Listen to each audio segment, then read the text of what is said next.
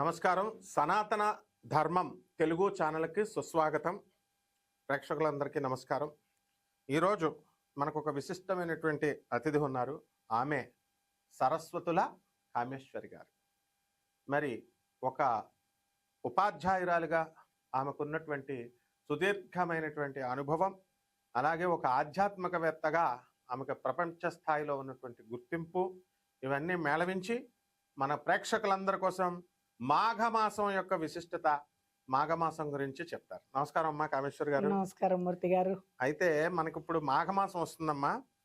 మాఘమాసంలో అసలు భక్తులు ఏమేం చేసుకోవాలి, ఏ దేవుణ్ణి పూజ చేయాలి, షార్ట్ కట్ మెథడ్స్. ఇప్పుడు ప్రేక్షకులందరికీ కూడా లెందీగా పూజ ఇది అందువల్ల షార్ట్ కట్ మెథడ్ మీరు ఎలాగైతే స్టూడెంట్స్ కి షార్ట్ కట్ మెథడ్స్ చెప్తారో ఆ విధంగా ఎక్కువ ఫలితం వచ్చేలాగా తక్కువ మెథడ్స్ తో మన ప్రేక్షకులకి మాఘమాసంలో ఏం చేయాలమ్మా? సనాతన ధర్మం ఛానల్ కి నమస్కారం మూర్తి గారు. ఇవాళ మీతోటి ఈ సమావేశం అనేటువంటిది నాకు ఒక అదృష్టం. మహాపండితులైనటువంటి మాకు మీతో కూర్చోవడం మా అదృష్టం అమ్మా. మీరు మా గురువు గారు, మహాపండితులు మీరు, అన్ని తెలిసిన సర్వజ్ఞులు. మీ ముందు మాఘమాసం గురించి నేనేం చెప్తాను, కానీ అయినా కానీ ఇద్దరం ఒక ఊరి వాళ్ళం, రాజమండ్రి వాస్తవ్యులం. అందువల్ల ఈ అనుబంధమే మాట్లాడిస్తోంది నా చేత. మాఘమాసం అన్ని మాసాల్లో కంటే కూడా ఏ మాసానికి మాసం కొన్ని మాసాలు ప్రత్యేకమైనటువంటి. కార్తీక మాసాన్ని మనం ఎంత ఆధ్యాత్మికంగా తీసుకుంటామో అలాగే మాఘమాసం చాలా విశిష్టమైనటువంటిది. మాఘమాసం అనగానే మనం నదీ స్నానం ముందుగా దాని గురించి చెప్పుకోవాలి. ఎందుకంటే నదీనాం సాగరోగతి అన్నారు. నదులన్నీ కలిసి సముద్రంలో కలుస్తున్నాయి. మాఘమాసంలో ఒక్కసారి సముద్ర స్నానం చేస్తే అన్ని నదుల్లోనూ స్నానం చేసినటువంటి ఫలితం కూడా దక్కుతుంది అంటారు. ఈ పర్వదినాల్లో పుణ్యం మరింత ఫలితాన్ని ఇస్తుంది అంటారు. మాఘమాసం అనగానే మనకి సూర్యుడు ప్రధానమైనటువంటి దేవతగా మనం తీసుకుంటాం. సూర్య ఆరాధన ఎక్కువ చేస్తాం. మా అమ్మ వంట చేస్తూ ఆదిత్య హృదయం చదువుతూ వంట చేసేది. ఎందుకు అంటే ఆరోగ్యానికి అది దేవత ఒక రకంగా సూర్యుడు. ఇప్పుడు ఆ సూర్యుడు స్థుతిని చేస్తున్నటువంటి ఆదిత్య హృదయం చదువుతూ వంట చేస్తే ఆ ఫలితం వంట పట్టేది. అది తినడం వల్ల ఆరోగ్యంగా ఉండేవాళ్ళు అని ఒక భావన మా అమ్మగారికి. రామాయణం యుద్ధం జరుగుతోంది. ఇక్కడ రాముడికి యుద్ధం జరుగుతోంది. అప్పుడు అగస్త్యుడు శిష్య బృందంతో అక్కడికి వచ్చాడు యుద్ధం చూడ్డానికి. వచ్చి రాముడికి ఆదిత్య హృదయాన్ని ఉపదేశించాడు. తతో యుద్ధ పరిశ్రాంతం సమరే చింతయా స్థితం రావణంచ గ్రతో దృష్ట్యా యుద్ధాయ సముపస్థితం అంటూ ఆయన ఆదిత్య హృదయాన్ని ఉపదేశించాడు. అక్కడ విజయం చేకూరాలని ఆకాంక్షించాడు అగస్త్య మహర్షి. అప్పటి నుంచి ఆదిత్య హృదయం నిరంతరం చిన్నప్పటి నుంచి చదివించటం వల్ల ఉదయాన్నే లేవటం, స్నానం చేయటం. మాఘమాసంలో సూర్యుడి కంటే ముందు లేవాలి, ఏ మాసమైనా సరే. ఈ ఉపాసనగా దీని ఆదిత్య హృదయాన్ని చదువుకోవటం అనేటువంటిది నాకు చిన్నప్పటి నుంచి కూడా అలవాటు అయినటువంటిది. తద్వారా ఈ పిల్లలకి వీటిటువంటి నేర్పటం వల్ల ఏమవుతుందంటే ఒక ఆధ్యాత్మిక భావన ఏర్పడుతుంది, ఆధ్యాత్మిక చింతన ఏర్పడుతుంది. ప్రత్యేకించి ఆదివారాలు మరీ ప్రసిద్ధమైనటువంటి మూర్తి గారు, మీకు తెలియదేముంది. అప్పుడు మా అమ్మ అక్కడ మేము గొబ్బెమ్మలు పెట్టేవాళ్ళం చిన్నప్పుడు. ఆ గొబ్బె పిడకలతోటి ఆ సూర్యనారాయణ మూర్తికి అక్కడ పాలు పొంగించేది. పాలు పొంగించి పాయసం ఉండేది. అది అతి మధురంగా ఉండేది, అమృతంలా ఉండేది. చిక్కుడుకాయలతోటి రథం చేయటం, చిక్కుడాకుల మీద పాయసం బట్టి ఆ స్వామికి నైవేద్యం చేయటం అనేటువంటిది. అలాగా సూర్యనారాయణ మూర్తికి చూడండి. ఇప్పుడు మనకి ఆసనాల్లో సూర్య నమస్కారాలు ఎంత ప్రాశస్త్యం పొందాయి చూడండి. ఇప్పుడు బాడీ లాంగ్వేజ్ కోసం అని చెప్తుంటారు ప్రతి చోట. యోగా సెంటర్స్ లో సూర్య నమస్కారాలు ఎంత ప్రాధాన్యాన్ని సంతరించుకున్నాయి. దాంట్లో కొన్ని వేసినా కానీ ఆరోగ్యంగానే ఉంటారని మన మంతెన సత్యనారాయణ రాజు గారు లాంటి వాళ్ళు, మిగిలిన వాటి వాళ్ళు చెప్తూ ఉంటారు. అంటే సూర్యుడికి ఉన్నటువంటి ఆ గొప్పతనం అటువంటిది. ఇంకా సూర్య దండకాలు చదివించారు అన్న.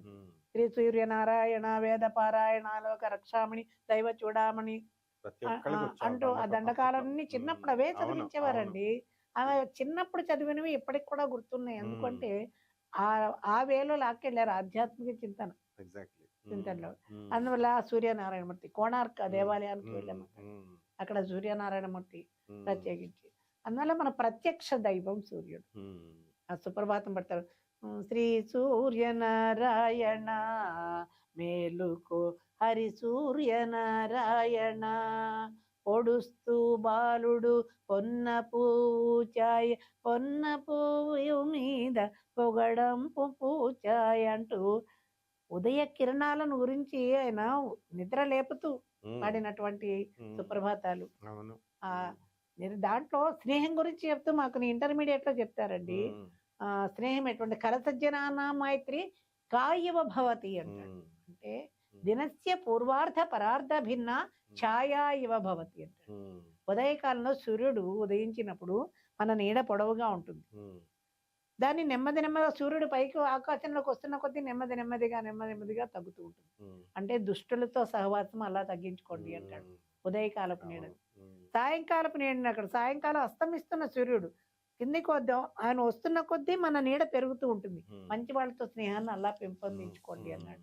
చూసారా, ఎగ్జాంపుల్ గా సూర్యుని తీసుకోవటం. ఇక్కడ సూర్యుడు గోళము ఇది అనేటువంటిది కాదు, మైత్రి మిత్రుడు స్నేహాన్ని, దుష్ట స్నేహాన్ని ఎలా వదులుకోవాలి, మంచి స్నేహాన్ని మిత్రుడు అని పేరు అందుకే వచ్చిందేమో, అందుకే వచ్చింది. అలాగే ఆయనకి రథసారథిగా ఉంటాడు ఎవరు అంటే ఈ కశ్యపుడు కొడుకు, గరుత్మంతుడు కొడుకు అనూరవుడు. వినతకి పుట్టినటువంటి వాళ్ళు ఇద్దరు. అనూరవుడు కాళ్ళు లేకుండా పుడతాడు. ఏంటి నాన్నగారు అమ్మ నా పరిస్థితి ఏంటి అంటే ఆ తండ్రి బాధ్యత వహించి అప్పుడు సూర్యుడికి రథసారథిగా పెట్టాడు.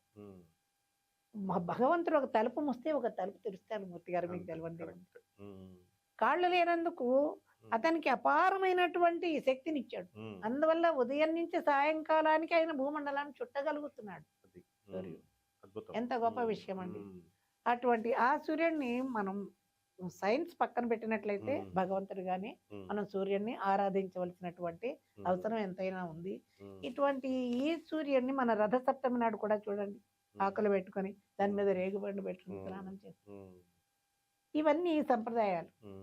ఇవి చిన్నప్పటి నుంచి పిల్లలకి నేర్పించవలసిన అవసరం ఉందండి. ప్రతిదీ కూడా అసలు ఉదయం లేస్తూనే ఇంక మనం అక్కడ దీపాలు పెట్టక్కర్లేదు, అలంకరణ చేయక్కర్లేదు, ప్రత్యక్షంగా కనపడుతున్నాడు ఆయన.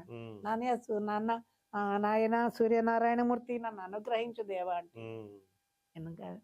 మనం ఆర్తితే అడిగితే అమ్మవారైనా అనుగ్రహిస్తుంది, అయ్యవారైనా అనుగ్రహిస్తుంది. ఇటువంటి మాఘమాసం తర్వాత సత్యనారాయణ వ్రతాలు చేస్తారు, పెళ్లి ముహూర్తాలు ఇప్పుడే పెడుతూ ఉంటారు. అన్నింటికీ మాఘమాసం మంచిదేనండి. అందువల్ల ఈ మాఘమాసాన్ని ప్రతి ఒక్కళ్ళు కూడా ఒక దీనంగా కాకుండా ఈ ప్రాధాన్యం కలిగిన నెలగా మనం ప్రత్యేకమైన పూజలు చేయడం ద్వారా సూర్యనారాయణమూర్తికి సూర్య నమస్కారాలు చేసిన ప్రతి వ్యక్తి కూడా 90 సంవత్సరాల పైన బ్రతికారు. ఇంచుమించుగా మన ఊర్లో అందరూ కూడా అలాగే బ్రతికారు. మా నాయనమ్మ గారు అలాగే 91 సంవత్సరాలు ఉన్నారు.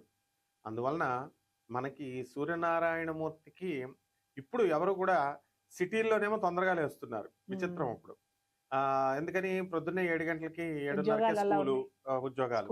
సో ఇక్కడ ఏమైందంటే స్నానాలు సూర్య నమస్కారాలు చేయకముందు ఋషి స్నానము 3 గంటల నుంచి 4 గంటల మధ్యలో చేసేస్తే ఋషి స్నానం అట. తర్వాత 4 నుంచి 5 గంటలకి స్నానం చేస్తే దేవతా స్నానం అప్పుడు పూర్తయిపోతుంది.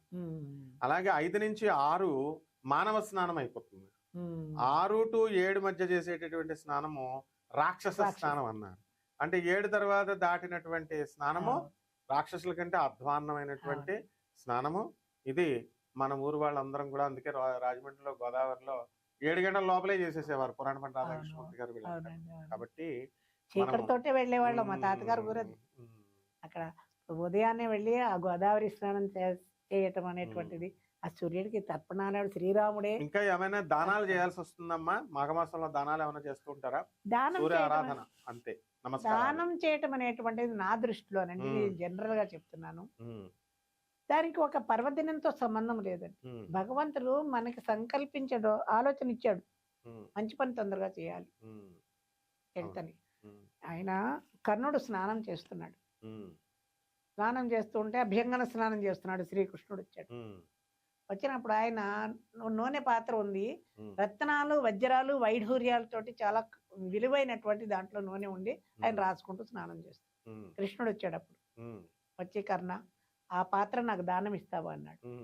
అంతకంటే మహాభాగ్యమా మహానుభావ, నువ్వు శ్రీకృష్ణ పరమాత్మ అడిగాడు అంటే అంతకంటే. ఆయన వెంటనే తీసి ఎడం చేతితోటి ఇవ్వబోయాడు. అప్పుడు కృష్ణుడు అన్నాడు, నీకన్నీ తెలుసు, దానం కుడి చేత్తో చేయాలి కదా, ఎడం చేత్తో చేస్తున్నాం అంటే నన్ను క్షమించాలి. నాకు తెలుసు ఎడం చేత్తో ఇవ్వకూడదని. కానీ నేను ఈ చేతి నిండా నూనె ఉంది, ఇది కడుక్కు వచ్చేలాగా నా బుద్ధి మారిపోతుందేమో, ఎంత విలువైంది కృష్ణుడికి ఇవ్వాలా అనే ఆలోచన నాకు వస్తుందేమో. బుద్ధి మారకుండా నేను ఇచ్చేది దానం వెంటనే చేయాలని ఉద్దేశంతో ఎడం చేత్తో ఇచ్చాను, కానీ వేరే భావన కాదన్నాడు. చూసారా, దానం అంత గొప్పదండి. మాఘమాసంలో పండితుడికి ఆయన స్వయం పాకం ఇవ్వడం అనేటువంటిది విశేషం, చాలా విశేషం అది. తర్వాత కొంతమంది నువ్వులు దానం చేస్తారనుకోండి. ఎప్పుడైనా బ్రాహ్మణ భూసురోత్తమ, బ్రాహ్మడికి ఇవ్వడానికి మంచి చెడుతో సంబంధం లేదండి. బ్రాహ్మడు కనిపిస్తే ఆయన భగవంతుడు వచ్చినట్లే భావించారు. ఎందుకంటే శాస్త్రాలు చదవటం అనేటువంటిది, వేదం చదవటం అనేటువంటిది ఒక్క బ్రాహ్మడికి మాత్రమే అది అవకాశాన్ని వేదాలు నిర్ణయించాయి. అందువల్ల పత్రం పుష్పం ఫలం తోయం.